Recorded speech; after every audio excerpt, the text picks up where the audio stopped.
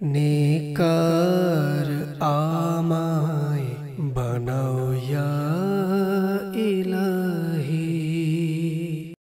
আলহামদুলিল্লাহি রাব্বিল আলামিন ওয়াসসালাতু ওয়াসসালামু আলা সাইয়্যিদিল আমবিয়া ওয়াল মুরসালিন আম্মা বা'দ ফাআউযু বিল্লাহি মিনাশ শাইতানির রাজীম বিসমিল্লাহির রহমানির রহিম।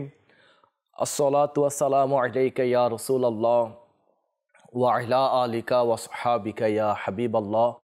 আসসালাতু ওয়াসসালামু আলাইকা ইয়া নবিয়াল্লাহ ওয়া আলা আলিকা ওয়া আসহাবিকা ইয়া নূরাল্লাহ। প্রিয় প্রিয় ইসলামী ভাইরা আর মাদানী চ্যানেলের দর্শক শ্রোতা, অনুষ্ঠান গুণাপূর্ণ বৈঠক নিয়ে আপনাদের সামনে আবার হাজির হয়েছি। আপনাদেরকে জানাচ্ছে প্রোগ্রামের পক্ষ থেকে অসংখ্য অসংখ্য শুভেচ্ছা ও মোবারকবাদ। আলহামদুলিল্লাহ, এই অনুষ্ঠানের মধ্যে আমরা বিভিন্ন গুনাহ সম্পর্কে জানতে পারি। কোন কোন বৈঠকগুলোর মধ্যে গুনাহ হয়ে থাকে, ওই বৈঠকগুলো আমরা জানা এবং শিখার সৌভাগ্য অর্জন করতে পারি। আজকেও আমরা একটি বিষয় নিয়েছি, অত্যন্ত গুরুত্বপূর্ণ বিষয়, সুন্দর বিষয়। তো ওই বিষয়ে যাওয়ার পূর্বে আসুন আমরা দুরুদে পাকের ফজিলত সম্পর্কে শ্রবণ করে আসি। তাজেদারে মদিনা হুজুরপুর নূর রসুলে মকবুল সাল্লাল্লাহু আলাইহি ওয়াসাল্লাম ইরশাদ করেন, নিশ্চয়ই কিয়ামতের ভয়াবহতা এবং হিসাব নিকাশ থেকে তাড়াতাড়ি মুক্তি পাবে সে ব্যক্তি যে দুনিয়ায় আমার উপর অধিক হারে দুরূদ শরীফ পাঠ করে থাকে। সাল্লু আলাল হাবিব সাল্লাল্লাহু আলা মুহাম্মদ সাল্লাল্লাহু আলাইহি ওয়াসাল্লাম। জি ইসলাম ভাইরা, আজকে যে বিষয় নেওয়া হয়েছে বড়ই গুরুত্বপূর্ণ বিষয়। আজ আমরা যে বিষয় নিয়ে শুনব তা হচ্ছে যৌবনে ইবাদতকারীদের ফজিলত। যৌবন কিভাবে অতিবাহিত করব? জি, আজ আমরা আমাদের যৌবন নামের এই নিয়ামতকে কোথায় ব্যয় করতেছি? মনে রাখবেন, যৌবন এটা আল্লাহ পাকের পক্ষ থেকে অনেক বড় একটা নিয়ামত। যৌবন, এই যৌবনটাকে বান্দা যদি ভালো দিকে ব্যয় করে তাহলে এই ভালো কাজের মধ্যে ব্যয় করার বরকতে আখিরাত পেয়ে যাবে। যৌবন যদি ভালো দিকে ব্যয় করে, নেকির কাজে ব্যয় করে, ইবাদতের মধ্যে ব্যয় করে, তাহলে সে আল্লাহ পাকের দয়াতে জান্নাত পেয়ে যাবে। যৌবন নামের এই নিয়ামতকে যদি সে নেকির মধ্যে, নামাজের মধ্যে, তিলাওয়াতের মধ্যে, ইবাদতের মধ্যে ব্যয় করে, তাহলে সে কবরের আযাব থেকেও বাঁচতে পারবে আল্লাহ পাকের দয়াতে, কিয়ামতের দিনের ভয়াবহতা থেকে বাঁচতে পারবে। জি, আজ এই যৌবন নামের নিয়ামতকে আজ অসংখ্য মানুষ বিভিন্ন বৈঠকের মধ্যে বসে এই যৌবন নামের নিয়ামতকে বরবাদ করে দিচ্ছে, নষ্ট করে দিচ্ছে। এই যৌবনের কোনো কদর করে না, কোনো মূল্যায়ন করে না। এটা বড়ই মূল্যবান একটা সম্পদ, বড়ই মূল্যবান সম্পদ যৌবন। জি হ্যাঁ, যৌবন এটা বড়ই মূল্যবান। যারা যৌবনকালকে মূল্যায়ন করবে না, তারা বার্ধক্যের মধ্যে গেলে আফসোস করতে হবে। যারা তার এই যৌবন নামের নিয়ামতকে কদর করবে না, মূল্যায়ন করবে না, তো সে আখিরাতে অনেক বেশি আফসোস করবে যে তার এই যৌবন নামের নিয়ামতকে বিভিন্ন বৈঠকের মধ্যে নষ্ট করে দিবে। খেলার মাঠের মধ্যে, ঘরের মধ্যে, দোকানের মধ্যে, বাজারের মধ্যে, বিভিন্ন অনুষ্ঠানের মধ্যে, গুণাপূর্ণ কাজগুলোর মধ্যে, গুণাপূর্ণ বৈঠকগুলোর মধ্যে গিয়ে গিয়ে নিজের যৌবন নামের এই নিয়ামতকে বরবাদ করে দিবে। নেকি করবে না, গুনাহের মধ্যে বরবাদ করে দিবে। নিঃসন্দেহে আল্লাহ রসুলকে যদি নারাজ করে কবরের মধ্যে যায়, সে আযাবের মধ্যে গ্রেফতার হয়ে যাবে। তার আখিরাত অত্যন্ত কঠিন হবে, ভয়ানক হবে, শাস্তির সম্মুখীন তাকে হতে হবে। আমাদের বুজুর্গানে দিনেরা ইনাদের যৌবনকালকে কিভাবে ব্যয় করেছে, আমরা আমাদের বুজুর্গানে দিনের জীবনী থেকে সুন্দর সুন্দর মাদানী ফুল কুড়িয়ে নেব, যেন আমরাও তাদের নকশা কদমে চলতে পারি, আমরাও তাদের জীবনী থেকে শিক্ষা নিতে পারি। ইনারা কিভাবে ইনাদের জীবনটাকে ব্যয় করেছে, যৌবন কিভাবে ব্যয় করেছে। মানুষ স্বাভাবিকভাবে শিশুকাল, যৌবনকাল, বার্ধক্যের মধ্যে উপনীত হয়ে যায় মানুষের হায়াত পেলে। তো আসুন আমাদের বুজুর্গানের দিনেরা ইনাদের এই যৌবন কালকে কিভাবে ব্যয় করেছে একজন নেককার যুবকের আমরা ঘটনা শ্রবণ করি। হজরতে সৈয়দুনা জুন্নুন মিসরি রহমতুল্লাহ তাআলা আলাইহি একদা সিরিয়ায় তাশরিফ নিয়ে গেলেন। তিনি রহমতুল্লাহ তাআলা আলাইহি একটি অত্যন্ত সবুজ তরতাজা চমৎকার বাগানের পাশ দিয়ে অতিক্রম করছিলেন। তখন দেখলেন এক যুবক আপেল গাছের নিচে নামাজে মশগুল রয়েছে। এক যুবক, তিনি রহমতুল্লাহ আলাইহি এর ওই নেককার যুবকের সাথে কথা বলার আগ্রহ সৃষ্টি হলো। যখন সে সালাম ফিরালো তখন আমি তাকে আমার দিকে মনোযোগী করার চেষ্টা করি। তখন সে জবাব দেওয়ার পরিবর্তে জমিনের একটি কবিতা লিখে দেয়, যেটা এভাবে রয়েছে: জিহ্বাকে কথা বলা থেকে বিরত রাখা হয়েছে, কেননা এ জিহ্বা বিভিন্ন ধরনের বিপদের গর্ত এবং মুসিবত আনয়নকারী। তাই যখন কথা বলবে তখন আল্লাহ তাআলার জিকির করবে, তাকে কোনো সময় ভুলে যেও না এবং সর্বদা তার প্রশংসা করো। এই লিখা দেখার পর ওই যুবকের এই লিখা তিনি রহমতুল্লাহ আলাইহির অন্তরের মধ্যে গভীরভাবে প্রভাব ফেলল। তখন তিনি রহমতুল্লাহ তাআলা আলাইহি ওই লেখার জবাবে নিজেও কিছু লিখে দিলেন জমিনের মধ্যে, যেটা এভাবে আসছে: প্রত্যেক লেখককে একদিন কবরে যেতে হবে, কিন্তু তার লেখা সর্বদা বহাল থাকবে। তাই নিজের হাতে এমন বিষয় লিখো যা দেখে কিয়ামতের দিন তোমার খুশি অর্জিত হবে। হযরতে সাইয়েদুনা জুন্নুন মিসরি রহমতুল্লাহ আলাইহি এর বর্ণনা হলো, আমার লিখা পাঠ করে ওই নেককার যুবক একটা চিৎকার দিল আর তার দেহ পিঞ্জর থেকে বের হয়ে গেল। আমি চিন্তা করলাম তার কাফন দাফনের ব্যবস্থা করে দিই, কিন্তু অদৃশ্যের আহ্বানকারী আওয়াজ দিল, জুন্নুন, তাকে সেখানেই থাকতে দাও।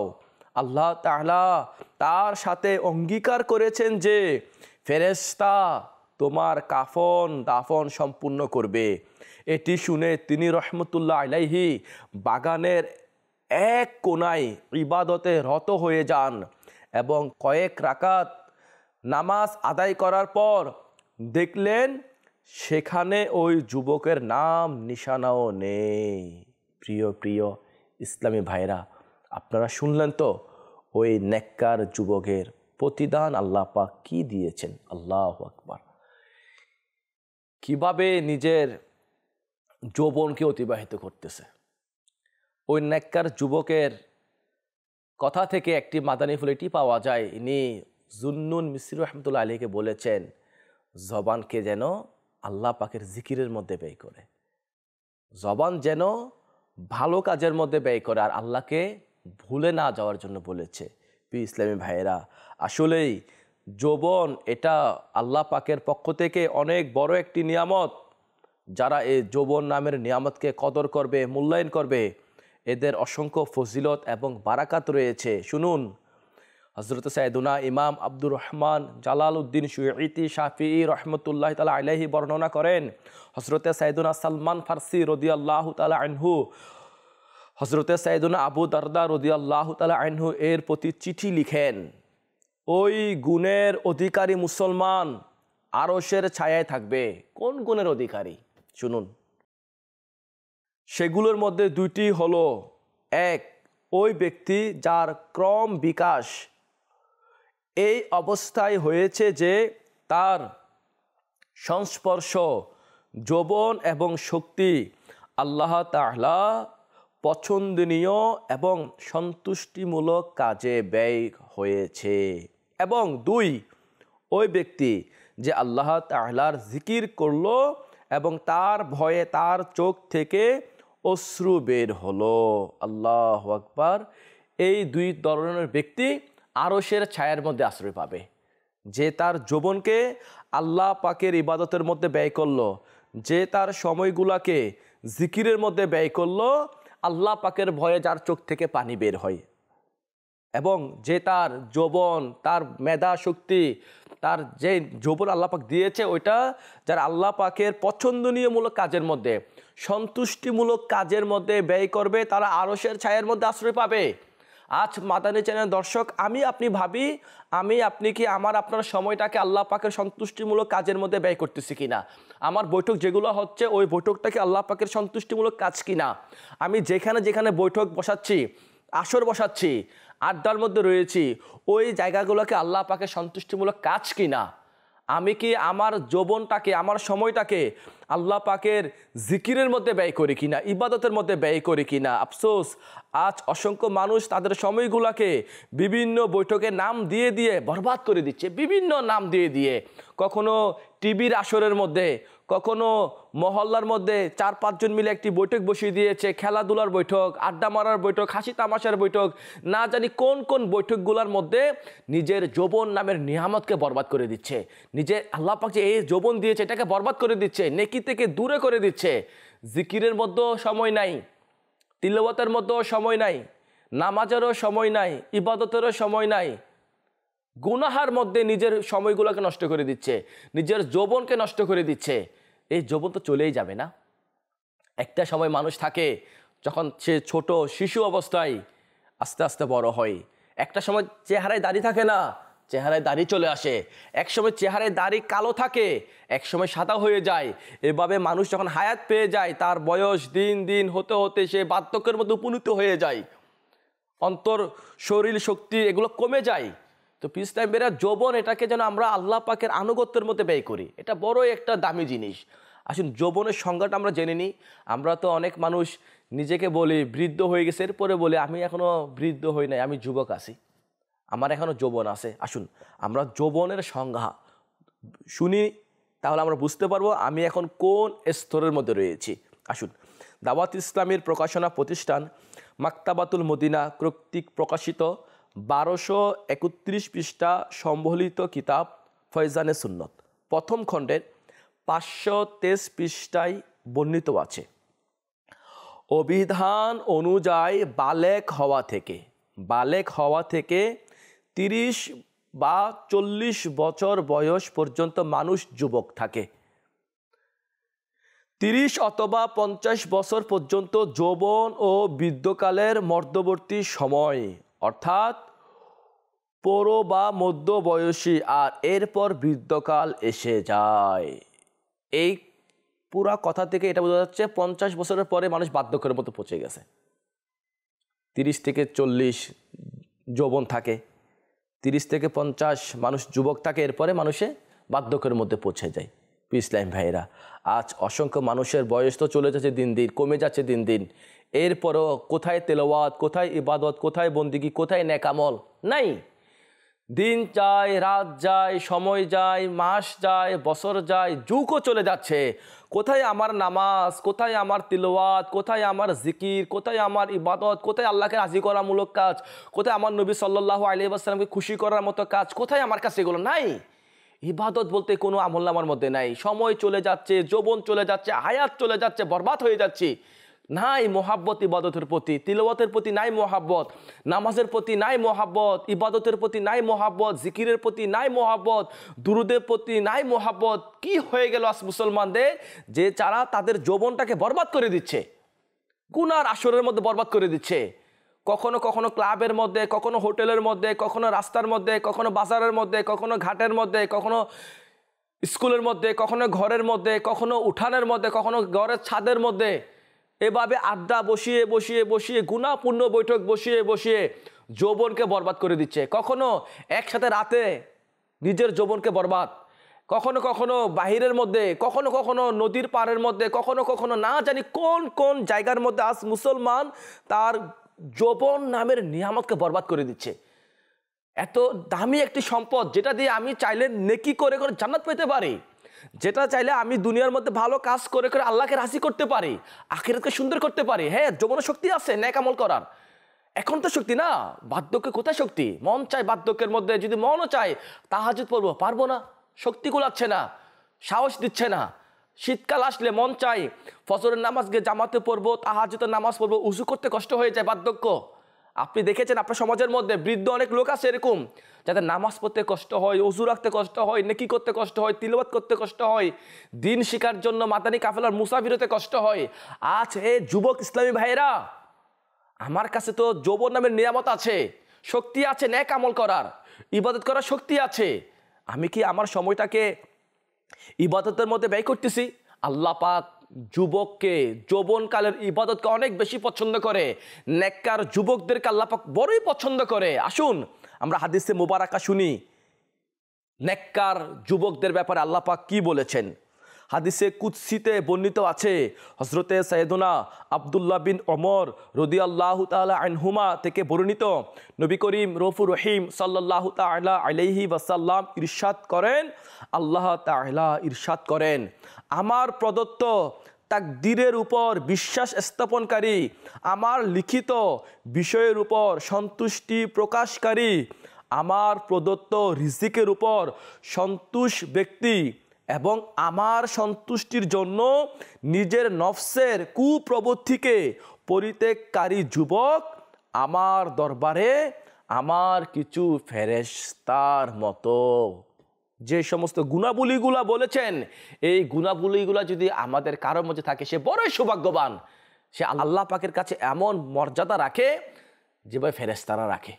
আল্লাহু আকবার। শুনুন শুনুন ইসলামী ভাইরা, নেককার যুবকদের ব্যাপারে হাদিসে পাকের মধ্যে আরো কি এসেছে, যাতে আমরাও নেক হয়ে যায়, আমরাও যেন আমাদের যৌবনটাকে নেকির মধ্যে ব্যয় করি, আমরাও যেন আমাদের এই যৌবনটাকে ইবাদতের মধ্যে ব্যয় করি, আমরাও যেন আমাদের এই যৌবনটাকে তিলাওয়াতের মধ্যে ব্যয় করি, দুরুদের মধ্যে ব্যয় করি, জিকিরের মধ্যে ব্যয় করি, নামাজের মধ্যে ব্যয় করি, মাদানী কাফেলার মধ্যে ব্যয় করি। 3 দিনের জন্য মাদানী কাফেলার মধ্যে চলে যায়, 7 দিনের নামাজ কোর্স করিনি, 12 দিনের মাদানী কাফেলা করিনি, 30 দিনের মাদানী কাফেলা করিনি, 63 দিনের তরবিতি কোর্স করিনি, আর গিয়ে নিজের এই যৌবনটাকে আল্লাহ রসুলের সুন্নত দ্বারা, আমার সৌন্দর্যকে আল্লাহ রসুলের সুন্নত দ্বারা সজ্জিত করিনি, আমার এই যৌবনটাকে আল্লাহ পাকের আনুগত্যের মধ্যে কাটিয়ে দিই। এটাই সফল কাম হবে, এটাই বুদ্ধিমানের কাজ হবে, এটাই আল্লাহ পাকের পছন্দনীয় কাজ। আসুন আমরা শুনি নেককার যুবকদের ব্যাপারে কি বলেছেন। হযরতে সাইয়েদুনা আব্দুল্লাহ বিন ওমর রাদিয়াল্লাহু তাআলা আনহুমা থেকে বর্ণিত, নবী করিম রউফুর রহিম সাল্লাল্লাহু আলাইহি ওয়াসাল্লাম ইরশাদ করেন, আল্লাহ তাআলা এমন ব্যক্তিকে ভালোবাসেন যে নিজের যৌবনকে আল্লাহ তাআলার আনুগত্যের জন্য ওয়াকফ করে দিলেন। আল্লাহু আকবার।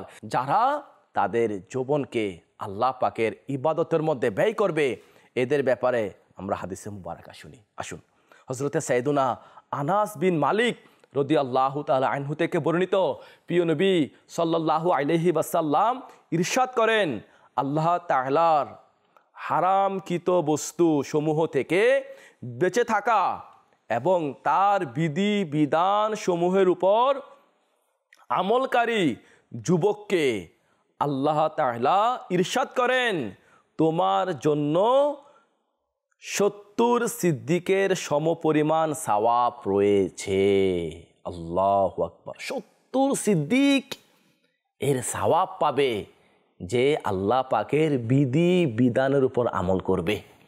আল্লাহ পাক আমাকে আপনাকে যা বিধি বিধানের প্রতি আমল করতে বলেছেন, যেগুলো আমাদের জন্য নাফিস করেছেন, আমাদেরকে দিয়েছেন, কিভাবে আমরা চলবো, কোনটার প্রতি আমল করব, কোনটা করব না, আল্লাহ পাকের হুকুম কোনটা মানব, কোনটা মানব না, আল্লাহ পাক কোনগুলোকে মানতে বলেছে, কোনগুলোকে ছাড়তে বলেছে, আমরা তো অনেক সময় মেনে নিয়েছি, ছাড়ি না। আল্লাহ পাক তো আদেশও দিয়েছে, নিষেধও করেছে। আদেশকে মানি, নিষেধকে আমরা মানি না। নিষেধ যেগুলো করেছে ওগুলোর মধ্যে অনেক মানুষ লিপ্ত রয়েছে।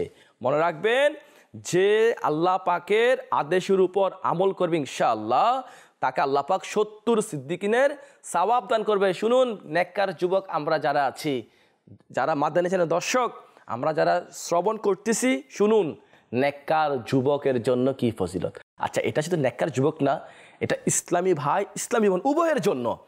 যারা নিজের যৌবনটাকে আল্লাহ পাকের আনুগত্যের মধ্যে ব্যয় করবে, এদের ফজিলত সম্পর্কে শুনুন। হাদিসে পাকের মধ্যে রয়েছে, হযরতে সাইয়েদুনা আব্দুল্লাহ বিন মাসউদ রাদিয়াল্লাহু তাআলা আনহুমা থেকে বর্ণিত, নবীদের তাজেদার, রসুলদের সরদার, হুজুরে আনোয়ার সাল্লাল্লাহু তাআলা আলাইহি ওয়াসাল্লাম ইরশাদ করেন, আল্লাহ তাআলা আপন সৃষ্টির মধ্যে ওই নেককার যুবককে সবচেয়ে বেশি ভালোবাসেন। কোন নেককার যুবক, তার কাজ কি, কোয়ালিটি কি, সে কিরকম? শুনুন, সৃষ্টির মধ্যে আল্লাহ পাক যাকে সবচেয়ে বেশি ভালোবাসে, কাকে জানেন? শুনুন, আমার ফরমাচ্ছে যে নিজের যৌবন এবং সৌন্দর্যকে আল্লাহ তাআলার ইবাদতের মধ্যে ব্যয় করেছে, আল্লাহ তাআলা ফেরেশতাদের সামনে এমন বান্দার জন্য গর্ব করেন এবং ইরশাদ করেন, সে আমার প্রকৃত বান্দা।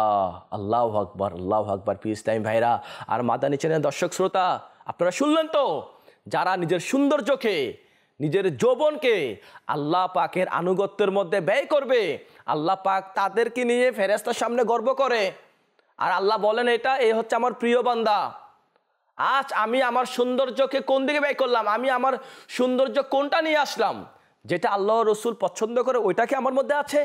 আমার চেহারার কীরকম, আমার লেবাস কীরকম, আমার পোশাক কীরকম, আমার চাল চলন কীরকম, আমার যৌবন কোন দিকে বেয়ে যাচ্ছে। আল্লাহ রসুল তো পছন্দ করে এক মুষ্টি দাঁড়িয়ে বলাকে।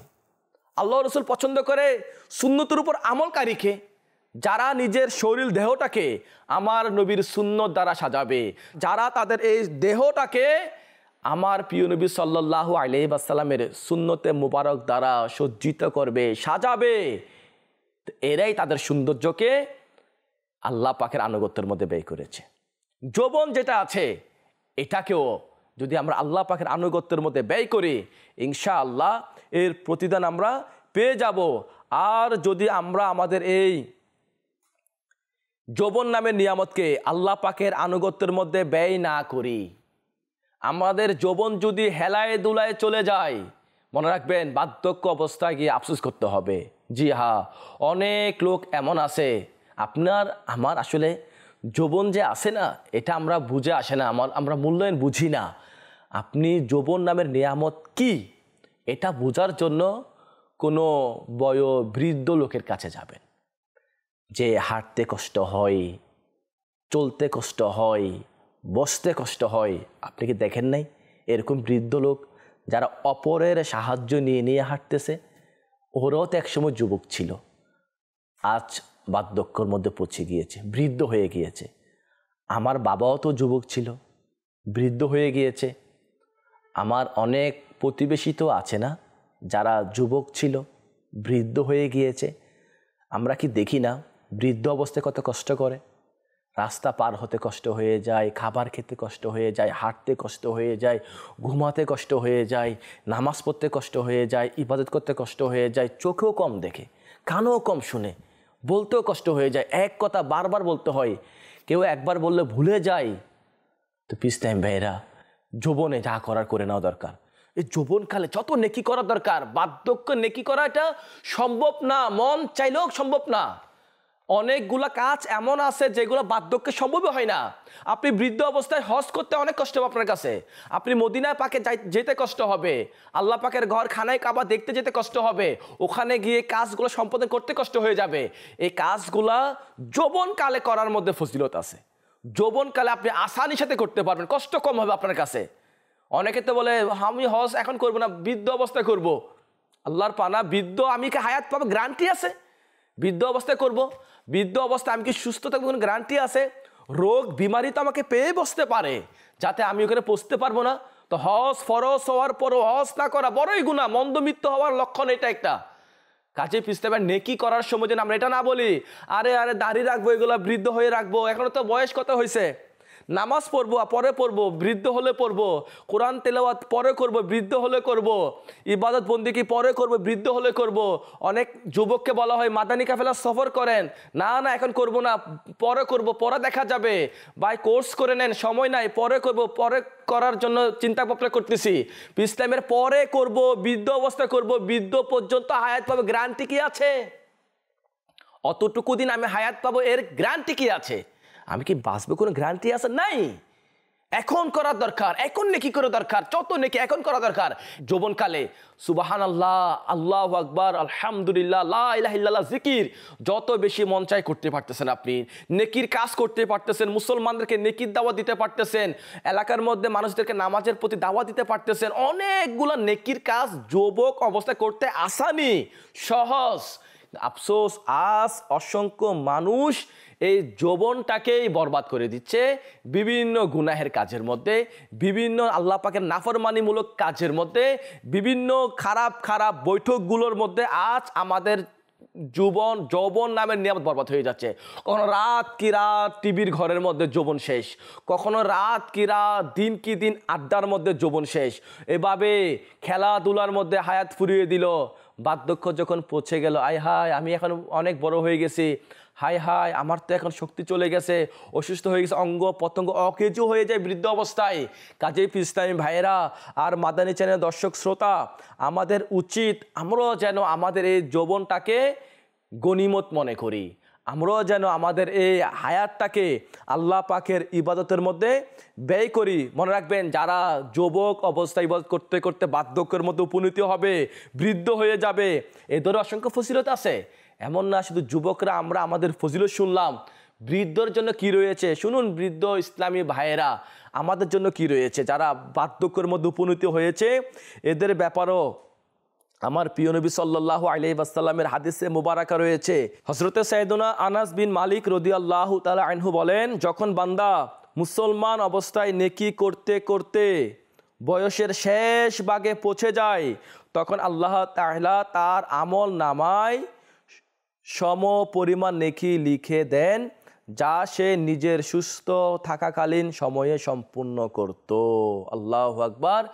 যারা যৌবনকালে ইবাদত করতে করতে বার্ধক্যের মধ্যে পৌঁছে গিয়েছে, যৌবনকালে তাহাজ্জুদের নামাজ পড়েছে, কোরআন তেলাওয়াত করেছে, অনেক নেকির কাজ করেছেন, নেকির দাওয়াত দিয়েছেন, মাদানী কাফেলা সফর করেছেন, অনেকগুলো নেকির কাজ যৌবন অবস্থায় করেছে, যুবক অবস্থায় করেছে। বার্ধক্যের মধ্যে পৌঁছার পরে ইনি অসুস্থ হয়ে গিয়েছে, আর করতে পারতেছে না কাজগুলা, তাহাজ্জুদ পড়তে পারতেছে না, নেকির দাওয়াত দিতে পারতেছে না, অনেকগুলা নেকি থেকে সে বঞ্চিত হয়ে গিয়েছে। শুনুন আমার মালিকের দয়া, যৌবনকালে যে নেকিগুলো করেছে, বার্ধক্যে অপারগতা থাকার কারণে, করতে না পারার কারণে আল্লাহ পাক তাকে ওই সমস্ত নেকিগুলো দান করে দেন।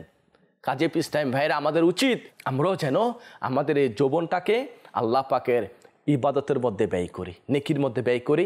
না হয় দিন চলে যাবে, হায়াত চলে যাবে, শেষে আমাদেরকে আফসোস করতে হবে। আল্লাহ পাক আমাদেরকে আমাদের এই যৌবন নামের নিয়ামতকে আল্লাহ পাকের আনুগত্যের মধ্যে কাটানোর তৌফিক দান করুক। এবং আমি এটা আরজ করব আপনাকে, আপনি দাওয়াত ইসলামীর মাদানী পরিবেশের মধ্যে সম্পৃক্ত হয়ে যান, ঘরের সবাইকে আপনি মাদানী পরিবেশের মধ্যে সম্পৃক্ত করান। ইনশাআল্লাহ আল্লাহ চাইতো মাদানী কাফেলার বরকতে, দাওয়াত ইসলামীর এই সুন্দর পরিবেশের বরকতে আমরা আমাদের যৌবনটাকে সঠিক কাজের মধ্যে ব্যয় করতে পারবো, নেকির মধ্যেই ব্যয় করতে পারবো। আল্লাহ পাক আমাদের সবাইকে আমাদের এই যৌবনটাকে নেকির মধ্যে ব্যয় করার তৌফিক দান করুক। আমিন বিজাহি খাতামিন নাবিয়িন সাল্লাল্লাহু আলাইহি ওয়াসাল্লাম। পিস টাইম ভাইয়েরা দেখা হবে অন্য দিন অন্য আরেক অনুষ্ঠানের মধ্যে। সে পর্যন্ত ভালো থাকুন, সুস্থ থাকুন, মাদানী চ্যানেল দেখতে থাকুন, আর এই ভিডিওটি শেয়ার করে নেকির দাওয়াত প্রচার করে দিন। সল্লু আলাল হাবিব সাল্লাল্লাহু আলা মুহাম্মদ সাল্লাল্লাহু আলাইহি ওয়াসাল্লাম। নেকার আমায় বানাও ইয়া ইলাহি।